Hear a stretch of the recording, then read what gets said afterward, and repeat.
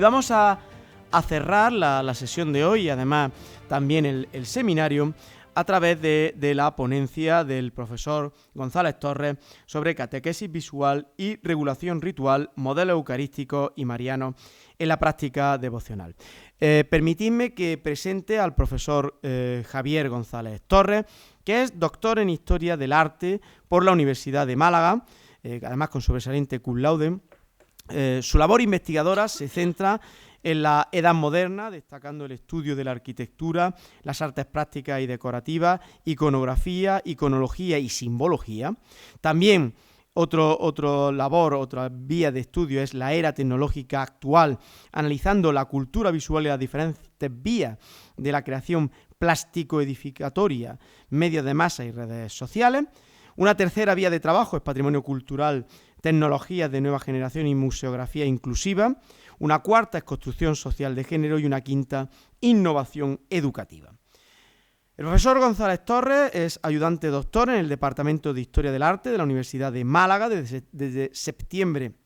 del año 2023, impartiendo asignaturas en las facultades de Filosofía y Letras y de Turismo, así como en la Escuela de Ingeniería Industrial, relacionadas con la teoría del arte, patrimonio cultural, artes decorativas, lenguaje visual y diseño.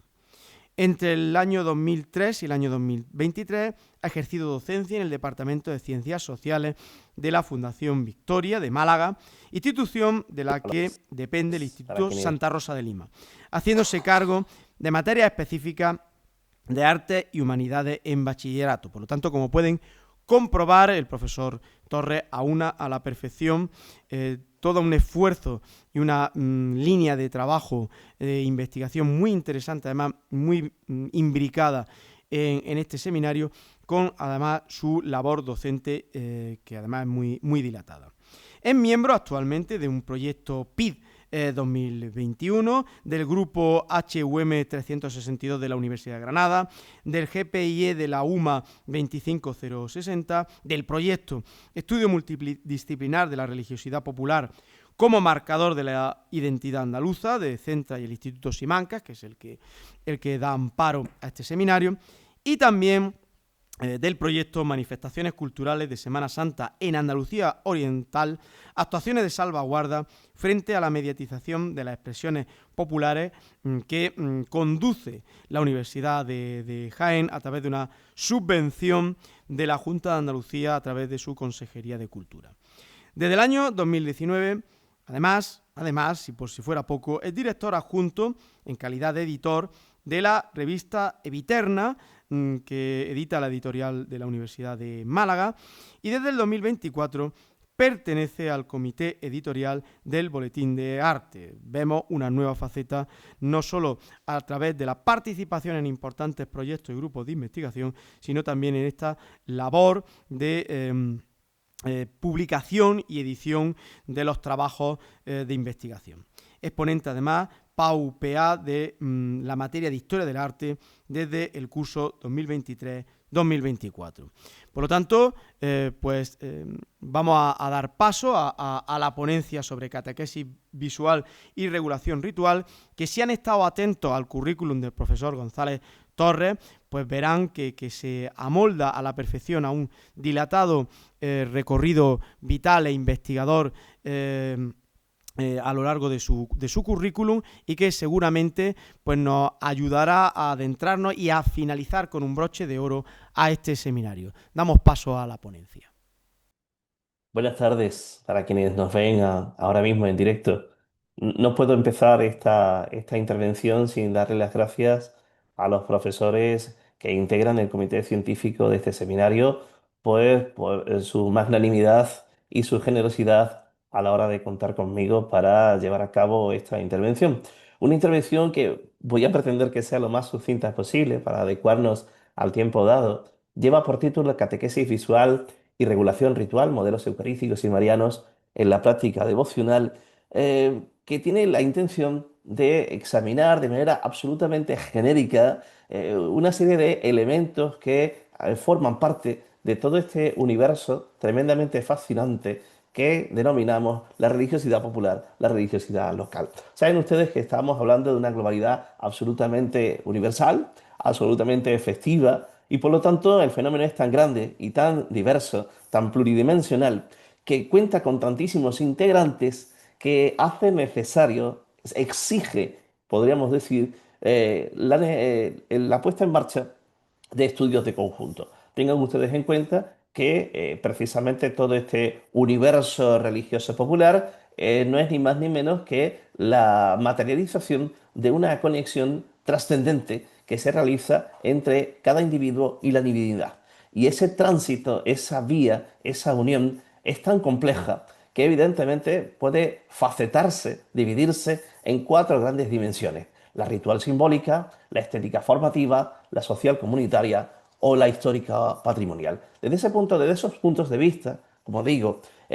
para acercarnos a cualquiera de esas manifestaciones tan diversas y tan complejas, las fuentes resultan de absoluta importancia, porque además las fuentes nos permiten distinguir las diferencias conceptuales existentes entre un sistema regulado o aquellas expresiones, digamos, más folclóricas, más espontáneas, más acríticas, que ambas versiones terminan configurando, como venimos diciendo, ese universo tan complejo de la religiosidad popular, de la religiosidad local. Fuentes que evidentemente están relacionadas con cuestiones que tienen que ver con el arte, con la arqueología, con la antropología, con la historia o con el desarrollo de la liturgia, y que son necesarias, como llevamos hablando de ellas desde que comenzamos este seminario,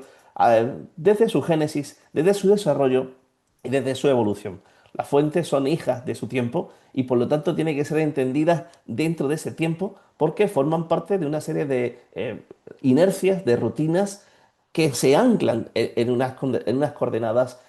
concretas. Evidentemente son fuentes que van adaptándose a cada periodo, pero que no pueden fosilizarse, no pueden musealizarse, quedarse completamente congeladas simple y exclusivamente como un ejemplo más de la propia cultura, puesto que en muchísimos casos están en una continua reinvención. Evidentemente, el estudio de las fuentes, tal y como planteamos en este seminario, ha de hacerse mediante perspectivas metodológicas lo más amplias y lo más interdisciplinares posibles, con la intención de cumplir esos tres objetivos que están ustedes viendo en la pantalla, porque las fuentes nos permiten comprobar cómo los modelos visuales normativos se establecen y a partir de ellos puedan realizarse interpretaciones absolutamente diversas, porque las fuentes justifican de una forma o de otra, pero justifican funciones tanto de imágenes como de rituales. Esa aproximación nos lleva a estudiar ejemplos particulares y sobre todo también el desarrollo territorial o concreto que puedan tener esas imágenes y esos ritos a lo largo de una determinada geografía. Y el estudio de las fuentes desde esta triple perspectiva también hace conectar los debates historiográficos existentes entre pasado y presente, entre la génesis del rito y el desarrollo histórico, episódico, que van a ir teniendo con el paso del tiempo, lo cual nos lleva en ese debate entre pasado y presente e incluso en ocasiones también futuro a reformular posicionamientos estableciendo criterios que desde luego nos indican que nada está cerrado, ningún estudio está cerrado porque siempre existe la posibilidad de abrirse a nuevas perspectivas, a nuevas maneras de interpretarse. En cualquier caso, este estudio triple de fuentes requiere, precisa, siempre, siempre, siempre de una contextualización necesaria, porque sin esta, el fenómeno que estudiemos, el ejemplo que analicemos, va a quedar absolutamente, absolutamente desconectado. Evidentemente, como les estoy contando, este estudio de las fuentes es un archivo plural. Un archivo plural que además, bueno, pues cuenta con estratos absolutamente diferenciados, pero todos ellos complementarios y siguiendo las premisas que hemos ido estudiando y conociendo, por cierto, también en las sesiones de este seminario. Evidentemente todas esas fuentes parten de una lógica de producción, de una lógica de circulación y de una lógica de recepción. ¿De qué tipo de fuentes estamos hablando? Pues si me permiten, aquí viene una clasificación amplia de al menos lo que pueden ser cuatro grandes tipos de fuentes que nos permitan el estudio de la religiosidad popular. Por un lado, las fuentes escritas, sean estas manuscritas, sean estas impresas, sean mecanoescritas. En definitiva, estamos hablando de fuentes que hablan de normas, que hablan de conflictos, que hablan de legitimaciones, que hablan de usos. En segundo lugar están las fuentes iconomateriales, es decir, los registros pictóricos, escultóricos, la grabadística, las estampas, los objetos, aquellos que en definitiva nos muestran modelos, nos sitúan ante repertorios concretos. Evidentemente, hablan de la eficacia visual que tienen esas fuentes y de cómo han habido diferentes procesos de circulación y de recepción. El tercer grupo de fuentes son las experienciales, por así decirlos, aquellas que recogen espacios, que recogen sonoridades, que recogen sensorialidades, es decir, cómo efectivamente la experiencia de las personas es capaz de crear una memoria sensorial ligada a determinados ritos, a determinadas creencias, a determinadas manifestaciones, y estas hacen que efectivamente la subjetividad individual entienda que funcionan de una manera completamente distinta en cuanto suponen, al fin y al cabo, la visión particular que una persona pueda tener de esa manifestación. La cuarta tipología de fuentes son las visuales, aquellas quizás más modernas, más cercanas en el tiempo, ¿no? La fotografía, la prensa, el cine, la televisión, el documental o incluso las redes sociales o el streaming, ¿no? Estamos hablando de fuentes que crean una gramática y que además muestran una performatividad y que son capaces, precisamente por su naturaleza cambiante, de adaptarse a los tiempos. Por lo tanto, fíjense, a partir de estas fuentes, a partir de estos criterios, a partir de esta metodología concreta, acercándonos más al tema del que vamos a tratar, podemos establecer dos grandes focos de atención, dos de las grandes devociones que al menos la religiosidad popular intenta regular para acceder a lo sagrado. Estamos hablando de una parte del culto eucarístico, un culto consustancial con la propia religión que además está ligado al culto mariano. En ambos casos hablamos de dispositivos de control, pero además también de dispositivos de aprendizaje, porque una cosa son las normas jerárquicas y otra la diferente manera que el pueblo tiene de interpretar no solo las normas, no solo los rituales, sino de regularse a sí mismos su participación en estos, ¿no? En cuanto al culto eucarístico, es evidente que hablamos en este sentido de una devoción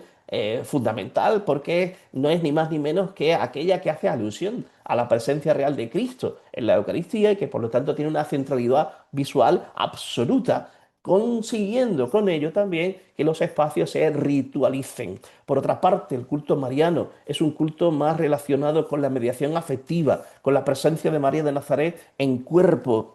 para transmitir a la población, al pueblo fiel, fundamentalmente a la feligresía, cierta proximidad emocional. Distinguimos, por lo tanto, estos dos cultos, pero ya verán ustedes que están íntimamente relacionados en la propia historia de la Iglesia, evidentemente. En el culto eucarístico convergen discursos diversos. Por un lado está la formulación doctrinal, como ahora después veremos, cómo la institución eclesiástica normativiza los usos, las costumbres, los ritos, cómo desde el punto de vista espacial se concretizan lugares concretos, cómo se promueve el culto, cómo se activa también una participación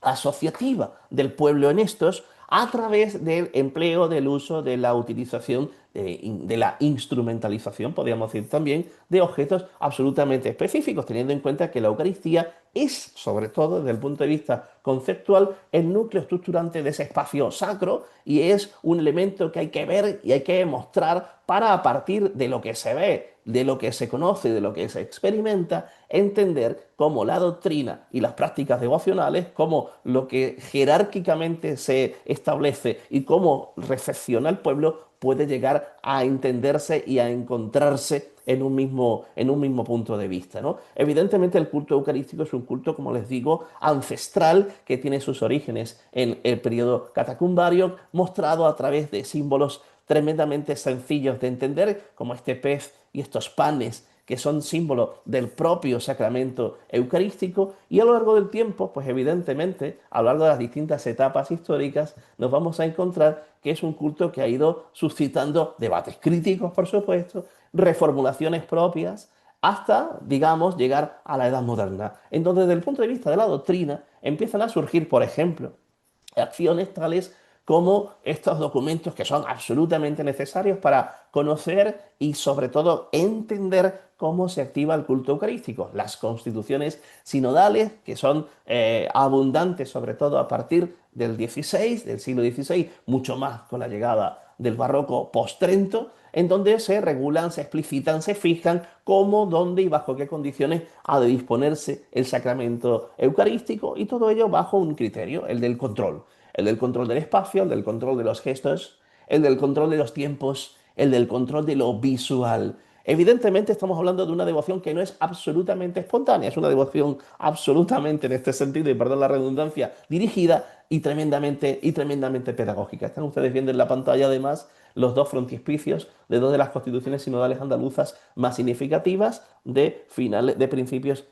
y de mediados del siglo XVII, las sevillanas del cardenal Niño de Guevara, perdón, y la que ven a la derecha, las del obispo de Málaga, Fray Alonso de Santo Tomás. En esa formulación doctrinal hay un elemento, hay una estructura que crea centralidad, y esa estructura es evidentemente el propio sagrario. El sagrario que además desde el punto de vista conceptual, es un elemento visual, pero también político, porque concentra la máxima atención, jerarquiza el espacio presbiterial, ordena en definitiva las miradas de quienes participan en la ceremonia, y ha de establecerse una serie de criterios matéricos y de decoro que hagan que efectivamente ese elemento, esa estructura, cobre ese significado. Hablamos, por lo tanto, de objetos, de arquitectura y de una máquina para la visibilidad. Desde el punto de vista de la normatización y concreción espacial, ese elemento, esa estructura, a partir de la Edad Moderna, adquiere forma. Y esa forma es la de tabernáculo, el epicentro visual y simbólico establecido desde al menos principios del siglo XVI en algunas diócesis como el epicentro visual y simbólico del presbiterio, colocado evidentemente en el centro de la capilla mayor para gestar un escenario privilegiado de legibilidad del misterio a través de una dimensión tremendamente afectiva. Los ejemplos son sobre todo italianos, especialmente a finales del siglo XVI, se concretizan en un lugar, en un nombre y en un espacio, el Duomo de Milán, a través de las iniciativas del cardenal Borromeo, que hacen que efectivamente este edículo de hondas reminiscencias clásicas y que cuenta con unas serie de influencias tremendamente interesantes relacionadas, por ejemplo, con las prácticas eucarísticas relacionadas con la orden agustina en el norte de Italia a principios del siglo XVI,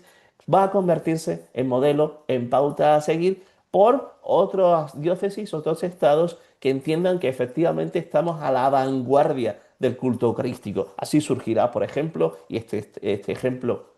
valga la redundancia, lo conocen sobradamente en el monasterio de San Lorenzo del Escorial, y a partir de ahí, pues fíjense cómo efectivamente el tabernáculo se convierte en ese eje central, en ese eje visual, disponiéndose en el lugar específico, en este caso concreto, en la capilla mayor de la Mezquita Catedral de Córdoba, o incluso en estas grandes máquinas ya del tardío barroco, con esa monumentalidad tan característica, por ejemplo, de las máquinas de los churrigueras. En definitiva, el espacio presbiterial es el lugar en donde la teofanía se vivencia, y evidentemente va a haber espacios presbiteriales exclusivos para el Santísimo Sacramento, como ocurre, por ejemplo, en las iglesias que se dedican a este, como ocurre a la izquierda, están ustedes viendo un ejemplo granadino, a la derecha un ejemplo portugués. En definitiva, la arquitectura relacionada con la propia vivencia sacramental. Surgen en este sentido las conocidas como capillas sacramentales, que en el terreno andaluz van a tener un extraordinario desarrollo. También lo van a ser importantes en la zona levantina con las llamadas capillas de comunión. Pero estas capillas sacramentales, tal va a ser su desarrollo, desde prácticamente el último tercio del siglo XVI hasta buena parte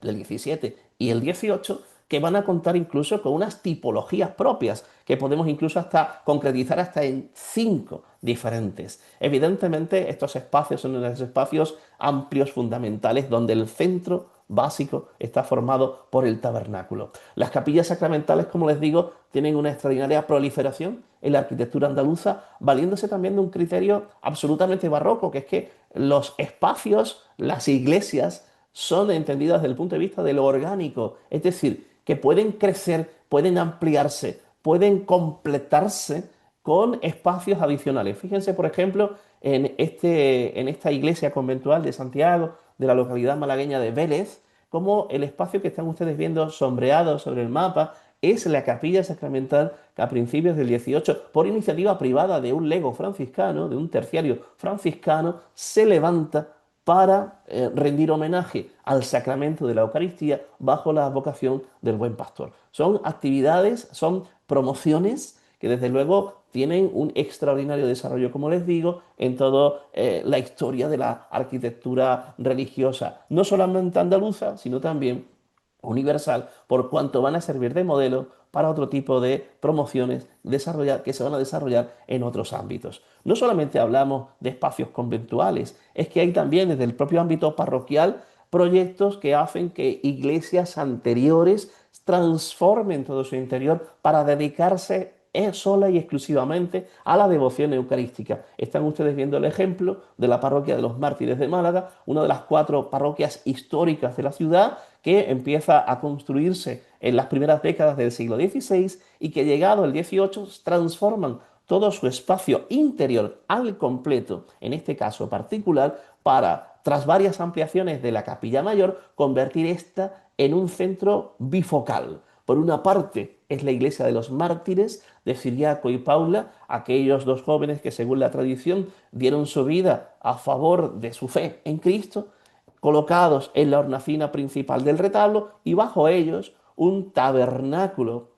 de imitaciones de jaspes y mármoles que contendrá en su interior la reserva eucarística. Y todo el programa iconográfico de la iglesia está orientado a partir de este momento, insisto, finales ya del 18, a patentizar, a intentar, en cierto modo, conmover a los fieles para que, siguiendo el ejemplo de los mártires, entreguen también su vida a Cristo como efectivamente el rey de esos mártires que son. En el sentido de las fuentes, no solamente nos interesa la propia iglesia en sí, sino todo el aparataje textual que surge a partir de la renovación de este espacio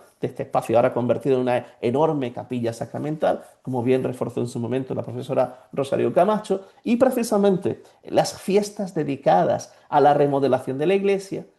cuentan con un opúsculo, que es este papel lírico, cuyos frontispicios ven en la parte izquierda de la pantalla, en el que se detalla cómo una fiesta de cariz eucarístico se convierte en una fiesta civil en la que participa no solamente la parroquia, sino las otras 3 y sobre todo y fundamentalmente el cabildo municipal de la ciudad junto con el resto de la feligresía. Evidentemente, a partir de la Edad Moderna, a partir de principios del XVI, la promoción cultural está, en cierto modo, animada por las prácticas devocionales fuera de la propia Eucaristía. Exposiciones, jubileos, procesiones, sean estas mensuales, como por ejemplo las desarrolladas por los dominicos en Roma, conocidas como la Minerva, a partir aproximadamente de 1540, procesiones anuales del Corpus, procesiones de la Octava, la procesión del viático para llevar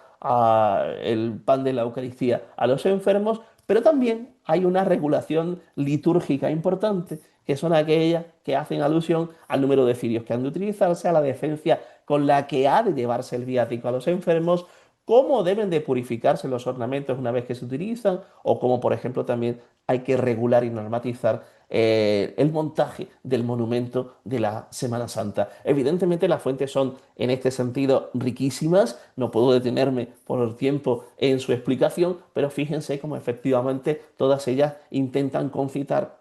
ese interés por este sacramento convertido en fundamental. Evidentemente, otra de las dimensiones del culto eucarístico es la activación asociativa, las hermandades sacramentales que también surgen en el caso andaluz, en el caso español, a principios del siglo XVI, tratan de normatizar prácticas devocionales y convertirlas en vivas a través de la promoción del culto, de la visibilización pública del misterio, del mantenimiento de esas prácticas a partir de funciones de participación, de experiencias colectivas, de jerarquías internas y externas, porque efectivamente estas reglas, como la que ven ustedes ahora mismo en pantalla, tratan efectivamente de establecer cuáles son los requisitos fundamentales del instituto sacramental, que es de lo que se trata, ¿no? Ordenanzas, reglas, constituciones que en muchas ocasiones van a vincular, por cierto, el culto sacramental al culto mariano, especialmente a la defensa de la creencia popular en la Inmaculada Concepción de María, y que son, evidentemente, ejemplos muy significativos de estas prácticas dignas de estudio. Evidentemente, las cofradías sacramentales que van a establecerse a partir, sobre todo y fundamentalmente, de las aplicaciones de las derivaciones de Trento, una por parroquia, si es que ya no existía, van a seguir utilizando una serie de elementos parlantes para esa visibilización del culto público, entre ellos el palio o la capa pluvial, que además proceden, y esto creo que ya lo conocen, de ceremonias civiles. Evidentemente, una procesión eucarística ha de tener fundamentalmente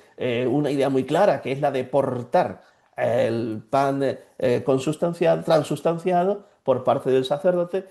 para o bien llevarlo a enfermos e impedidos o bien procesionar por las calles de la feligresía haciendo uso del palio, como están ustedes viendo en las imágenes tanto central como de la izquierda, como del viático. Además, el culto eucarístico precisa de una iconografía específica, una iconografía que además permita la traducción visual de todas estas creencias en un espacio, en un rito y en una experiencia devocional. La finalidad, por lo tanto, de la iconografía específica de la Eucaristía no es ni más ni menos que dirigir las miradas, ordenar las emociones, canalizar las devociones, reforzar, en definitiva, la ortodoxia. Siempre desde la jerarquía hasta el pueblo, siempre estableciendo, en cierto modo, una diferenciación jerárquica entre, digamos, la normativa, el culto absolutamente ortodoxo y la heterodoxia que desde el pueblo se lleve a cabo a partir del ejemplo de los santos. Todas las órdenes religiosas tienen santos eucarísticos, locos y locas arrobadas ante el sacramento de la Eucaristía, que además, bueno, pues se van a ir especificando en escenas, en momentos, en situaciones tremendamente llamativas, las cuales evidentemente el barroco utiliza para transportar a través de ellas esa compasión, ese sentimiento de o esa necesidad de incorporarse a Cristo a través del sacramento eucarístico. Iconografías que además también vuelven su mirada hacia las figuras veterotestamentarias, hacia la creación de estas alegorías en donde, fíjense, el sacramento ejemplificado en la custodia o en el cáliz, con la forma, evidentemente, en un lugar absolutamente primordial, se eleva sobre una nube de querubines, propiciando que evidentemente las personas se plasmen, se postren ante ellas y se arrodillen. Una iconografía que también convierte a Cristo en un sagrario como tal, ¿no? Fíjense ustedes en estas dos imágenes de Cristo yacente, uniendo también muerte con vida a través del sacramento. Al fin y al cabo, la acción salvífica del sacramento se ejemplifica en la muerte de Cristo. Ven ustedes la imagen de la derecha, una imagen relacionada con los agustinos extremeños, en la imagen de la izquierda una imagen una obra que tiene mucho que ver con la piedad popular, no en vano. Esta obra tiene su sede en el antiguo colegio de San Pablo, en la iglesia de San Pablo de Valladolid, y está asignada legendariamente a las intervenciones del duque de Lerma. Iconografías eucarísticas tremendamente alegóricas que plasman escenas completamente anacrónicas, que históricamente no existieron, pero que desde luego transmiten, desde el punto de vista de la visualización, de los elementos que la conforman, de la acción completamente sobrenatural en la que se desarrolla una intención de acercarse a los fieles a través de esta catequesis plástica. En este caso concreto, la iconografía que están viendo sigue siendo la de Cristo muerto en la imagen de la derecha, con la presencia de María Magdalena en un ejercicio plástico que además tiene hondas inspiraciones en la grabadística tradicional, tanto holandesa como de centro de Europa, y que cuentan evidentemente con un desarrollo fundamental a través de las órdenes religiosas y a través, por supuesto, de una serie de desarrollos de un mismo tema, como pueden convenir aquí. Este culto eucarístico tiene mucho de simbólico, y evidentemente en esa búsqueda de lo simbólico está también la utilización de recursos visuales que convierten a Cristo en protagonista, claro está, de la historia de la salvación, pero que cuenta con otros alter ego verdaderamente interesantes, que son los animales sacramentales. Animales que, bueno, por su propia genealogía, por su propia característica, por su propia pureza, por el desarrollo de sus propias biografías, por así decirlo, son animales sacrificiales y por lo tanto comparten con Cristo esa misma unción a través de, por ejemplo, el cordero sacrificial que habíamos visto antes, a través del pelícano, a través del león, fundamentalmente. Fíjense esta bóveda de la capilla sacramental de la parroquia de San Lorenzo de Sevilla. Evidentemente, el culto eucarístico también conlleva el desarrollo de una cultura material y son las custodias de asiento o las custodias portátiles las que ejemplifican o priorizan el innumerable conjunto de objetos que deben entenderse como dispositivos sensoriales. Al fin y al cabo, se estructuran los comportamientos a partir de su inserción, en el caso de las custodias, sobre una plataforma rodante para ejemplificar la presencia real de Cristo en las calles. No en vano la procesión es la ampliación del culto que se desarrolla en el interior de las iglesias y efectivamente nos encontramos en el terreno de la creatividad, en el caso de que esta es además española, con un desarrollo amplísimo a partir de la familia de los Arfe, fundamentalmente, ¿no? Que concitan el estudio, el análisis de estas estructuras turriformes en donde efectivamente el sacramento de la Eucaristía tiene un protagonismo fundamental unido a una serie de repertorios iconográficos, a una serie de decisiones.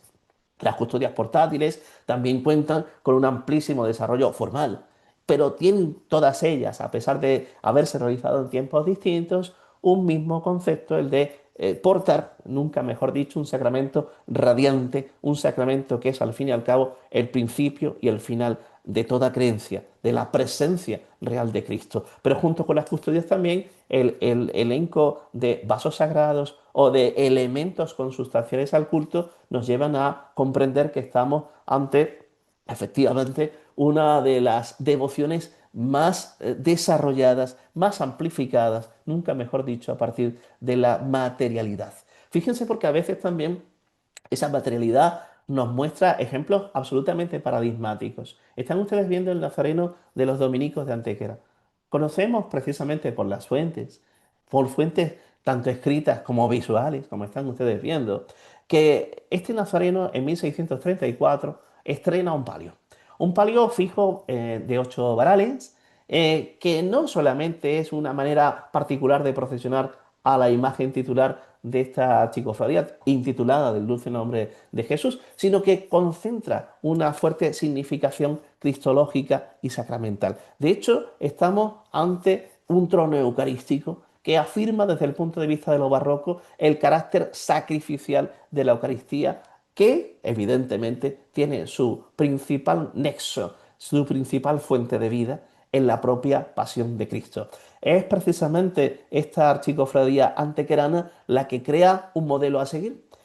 manteniéndose con el paso del tiempo, aunque con algunas tergiversaciones, hasta principios del siglo XX y sirviendo de modelo. Pues fíjense, las dos imágenes que tienen a la izquierda son la misma, son la antequerana, con el Cristo de Diego de Vega de finales del XVI, travestido, claro está, siguiendo la moda barroca, hacia la imagen del Nazareno de Alameda, que es una población muy cercana a Antequera, es la imagen central que están ustedes viendo, e incluso traspasando el océano para convertirse en referente de Querétaro, en México, con este nazareno que se procesiona igualmente bajo palio con esta misma significación cristológica.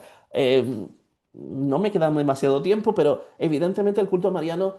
tiene también una honda significación, en tanto en cuanto María es la figura de mediación, es la figura de acceso emocional a lo sagrado, la que está capacitada en cierto modo para canalizar los afectos, las demandas, las expectativas del pueblo. Y evidentemente tras el concepto, tras la mariología, hay una genealogía teórica interesantísima y amplísima desde pues prácticamente el Concilio de Nicea, la aparición de los Santos Padres, en definitiva una fortísima tradición teórica en la cual va a ir gestándose el concepto que llega hasta la Edad Moderna y que se proyecta en definitiva hacia la contemporánea, ¿no? Es una historia llena de reticencias, de resistencias frente a conceptos antagónicos como el de veneración y adoración, en el caso de María, veneración, pero que crean, efectivamente, concitan, normatizan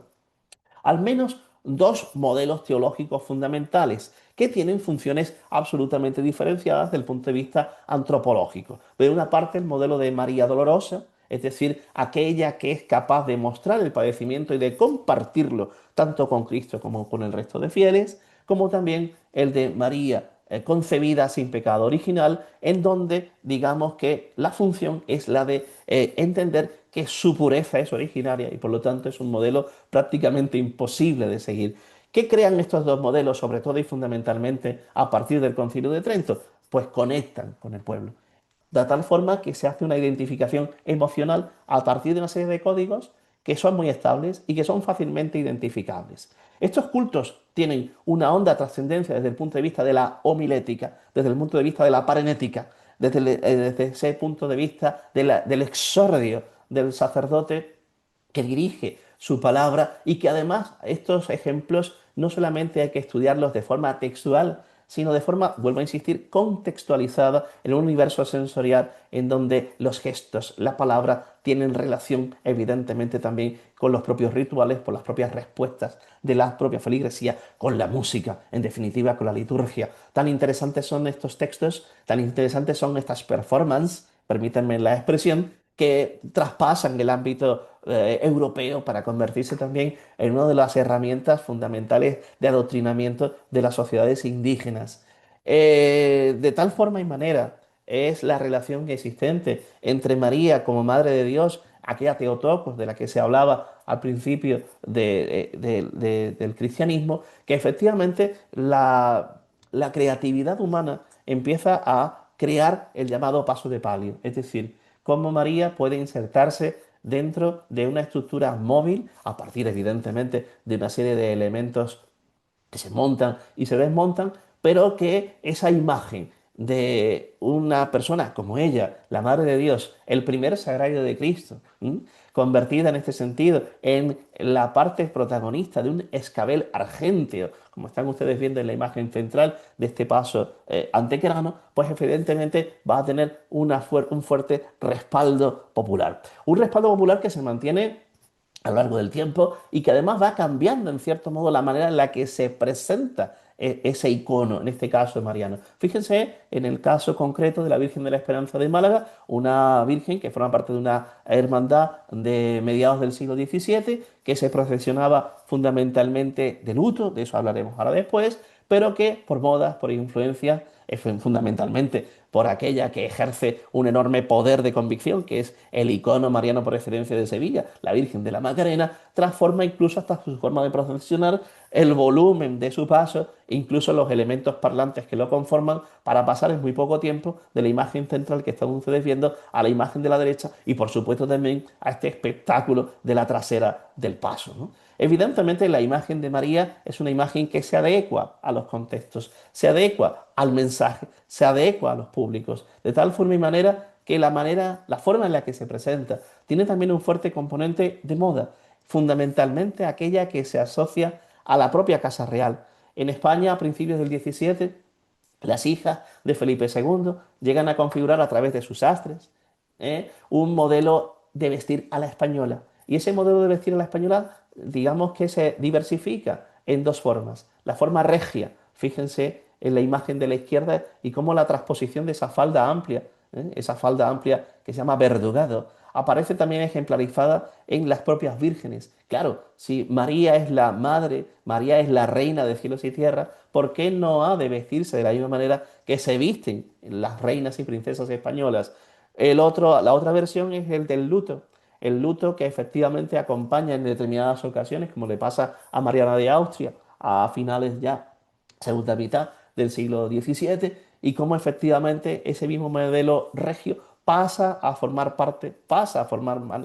se convierte nada más y nada menos que en una forma de vestir concreta en esta conocida como soledad de Becerra. María Eucaristía, María como primer sagrario, María tabernáculo de Dios, como la propia Clara de Asís realizaba o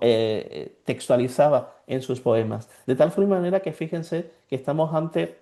iconografías en donde María aparece de una manera bastante peculiar. Fíjense el caso, por ejemplo, de esta conocida imagen de la derecha, Virgen de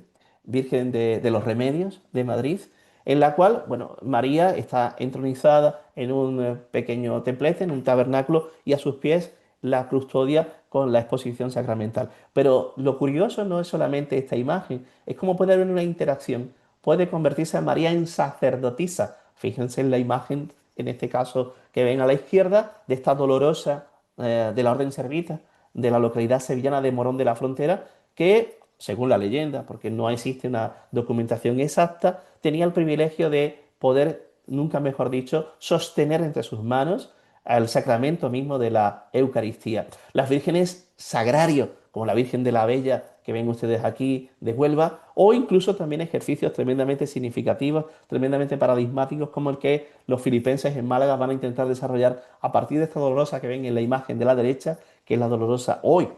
de la Orden Tercera de Servitas, pero cuyo encargo se debe fundamentalmente al preboste filipense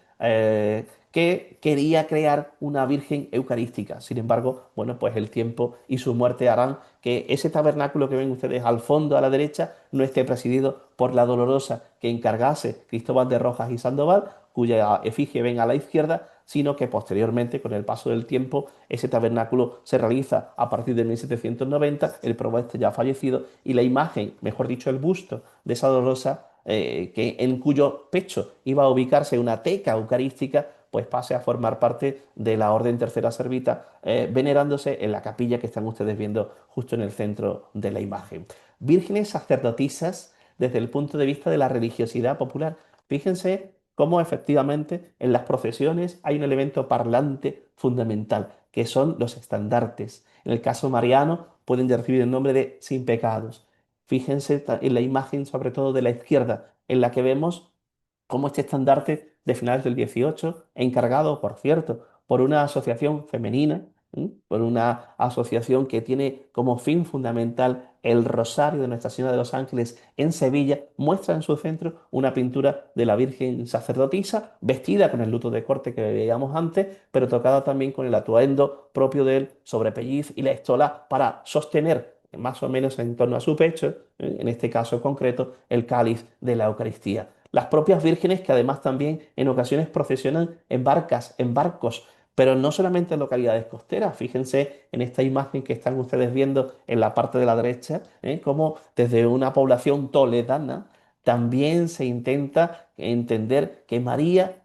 es no solamente pues la Madre de Dios, no solamente tiene esa capacidad humana de haber engendrado en su vientre al Hijo de Dios por acción del Espíritu, sino que también reina sobre el cielo, reina sobre la tierra y reina sobre los mares, estableciéndose en este sentido, en cuanto a la devoción a la Virgen del Carmen, un enorme paralelismo y una enorme influencia de cultos ancestrales, nada más y nada menos que fenicios, egipcios e incluso también griegos. En definitiva, toda esta catequesis matérico, formal, presencial, no son ni más ni menos todos estos elementos o algunos de los que hemos podido ver, dispositivos de control y de aprendizaje. Evidentemente la imagen es un instrumento pedagógico, un instrumento que requiere de interpretaciones diversas, no siempre coincidentes. La reiteración de modelos iconoobjetuales nos muestran ejemplos particulares, desarrollos propios en territorios, en experiencias, en definitiva en comunidades distintas. Y la función de todas ellas es la de la legibilidad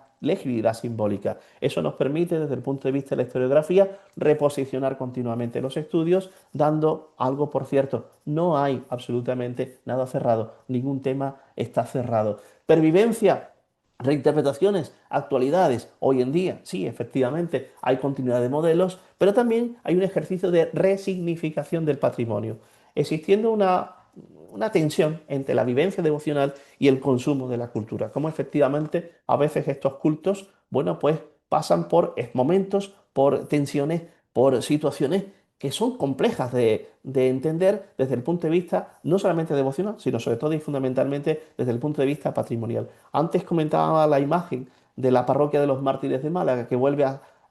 estar presente en esta pantalla hacia la izquierda, y fíjense la situación en la que está a la derecha. A pesar de que efectivamente este espacio se ha restaurado en fechas relativamente recientes, sufrió con el paso del tiempo y especialmente en los sucesos de 1931-1936 una mutilación prácticamente absoluta de su programa iconográfico, y a pesar de existir fuentes necesarias y fundamentales para una reconstrucción, podría ser historicista, de ese repertorio, pues se decidió mantener, en este caso concreto, algunos elementos de absoluto mal gusto.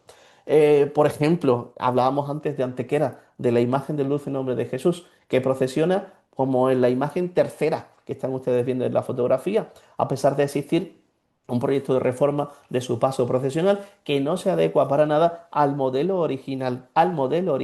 que hemos visto antes cargado de singularidades. Evidentemente, ¿cómo se hace desde la modernidad todo esto? Pues simple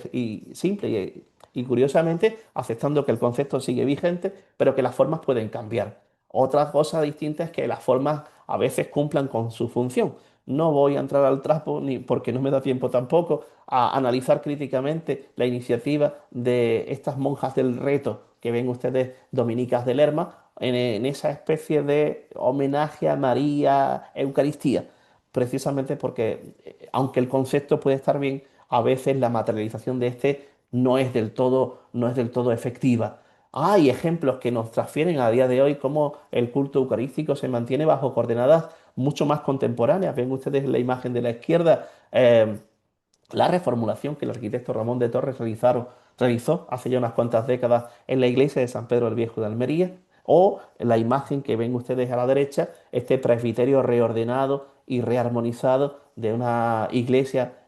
onubense, de una población costera onubense, bajo unas claves mucho más contemporáneas que pueden evidentemente mantener elementos, figuraciones, formalismos propios de la edad moderna, pero que cuentan con una importante confluencia contemporánea. Evidentemente los tiempos cambian y los tiempos se adaptan. Es difícil hoy encontrar una procesión eucarística en donde la carrera se cubra y aparezca la presencia militar, porque hoy en día son, digamos que, componentes completamente distintos, pero el culto sigue existiendo. Y evidentemente el culto debe de revestirse de la importancia que éste refiere, y especialmente si se trata de un culto eucarístico. El caso, por ejemplo, particular de la localidad de Casabermeja en Málaga, que perdió la custodia de asiento, que ven ustedes en la imagen de la izquierda,